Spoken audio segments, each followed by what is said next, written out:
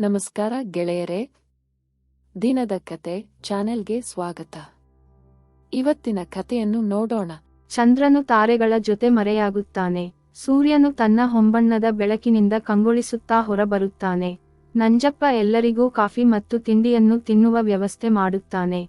ವಧು-ವರರು ಹಾಗೂ ಸಂಬಂಧಿಕರೆಲ್ಲರೂ ಕಾಫಿ ಕುಡಿದು ತಿಂಡಿ ತಿಂದು ಸ್ನಾನದಿಗಳನ್ನು ಮುಗಿಸಿ ತೀರ್ಥಹಳ್ಳಿಗೆ ಹೊರಡಲು ಸಿದ್ಧರಾಗುತ್ತಾರೆ. ನಂಜಪ್ಪ ಜಾನಕಿಯನ್ನು ತಬ್ಬಿಕೊಂಡು, ಮಗಳೇ, ನಿನ್ನ ತವರುಮನೆಯಲ್ಲಿ ನಿನಗೆ ಸುಖ ಸಿಗಲಿಲ್ಲ, ನಿನ್ನ ಗಂಡನ ಮನೆಯಲ್ಲಾದರೂ ಆ ದೇವರು ನಿನಗೆ ಸುಖ ನೀಡಲಿ ಎಂದು ಹೇಳುತ್ತಾ ಕಣ್ಣೀರು ಒರೆಸಿಕೊಳ್ಳುತ್ತಾನೆ. ಜಾನಕಿ ಅಳುತ್ತಾ, ಹಾಗೆನ್ನಬೇಡ ಅಪ್ಪ, ನನ್ನನ್ನು ನೀನು ಚೆನ್ನಾಗಿ ನೋಡಿಕೊಂಡಿದ್ದೆ, ಸುಖದಲ್ಲಿ ಸಾಕಿದ್ದೆ, ನನ್ನ ತವರು ನನ್ನ ಜೀವ ಎನ್ನುತ್ತಾಳೆ. ಸಾವಿತ್ರಿ ಗಂಗಾ ಇಬ್ಬರು ಜಾನಕಿಯನ್ನು ಅಪ್ಪಿಕೊಂಡು ನಮ್ಮನ್ನು ನೋಡಲು ಮತ್ತೆ ನೀನು ಯಾವಾಗ ಬರುತ್ತೀಯ ಎನ್ನುತ್ತಾಳೆ. ನಾನು ಆದಷ್ಟು ಬೇಗ ಬರುತ್ತೇನೆ ಎಂದಳು. ಲಕ್ಷ್ಮಿ ಹತ್ತಿರ ಜಾನಕಿ ಬಂದು, ನಾನಿನ್ನು ಬರಲೇ ಚಿಕ್ಕಮ್ಮ ಎಂದಳು.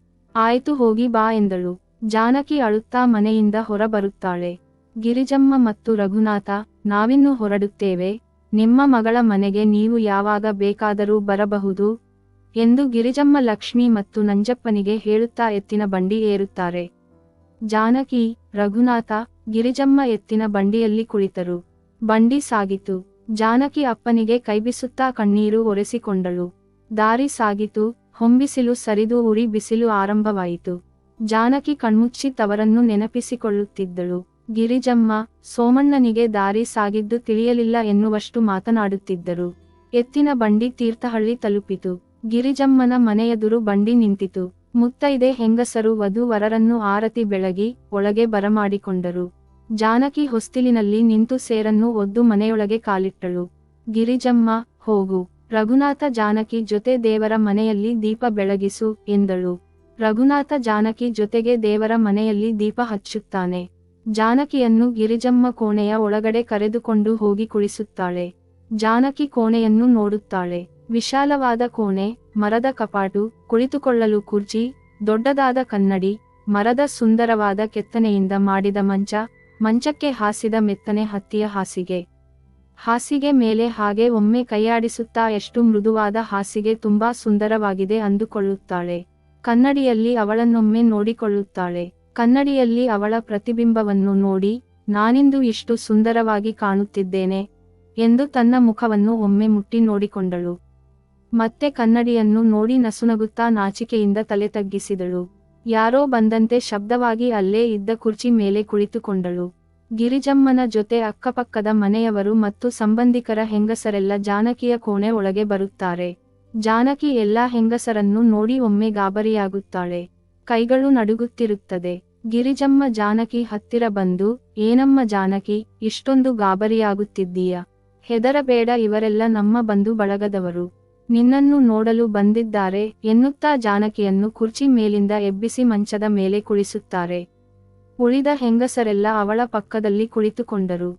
ಹೆಂಗಸರು ಅವಳ ಕೈ ಬಳೆ ನೋಡುತ್ತಿದ್ದರೆ, ಇನ್ನು ಕೆಲವರು ಅವಳ ಕತ್ತಿನಲ್ಲಿರುವ ಬಂಗಾರದ ಸರಗಳನ್ನು ನೋಡುತ್ತಿದ್ದರು.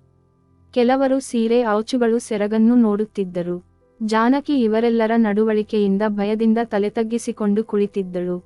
ಏನಮ್ಮ ಜಾನಕಿ, ನಿನ್ನ ಬಂಗಾರದ ಸರಗಳು ಎಷ್ಟು ತೂಕ ಇದೆ ಎಂದು ಅವರಲ್ಲೊಬ್ಬರು ಕೇಳಿದರು. ಜಾನಕಿ ನಯವಾಗಿ, ಅದು ನನಗೆ ಗೊತ್ತಿಲ್ಲ, ನನಗೆ ಹಾಕಿದ ಬಂಗಾರವೆಲ್ಲ ನನ್ನ ಅಮ್ಮನದು ಎಂದಳು.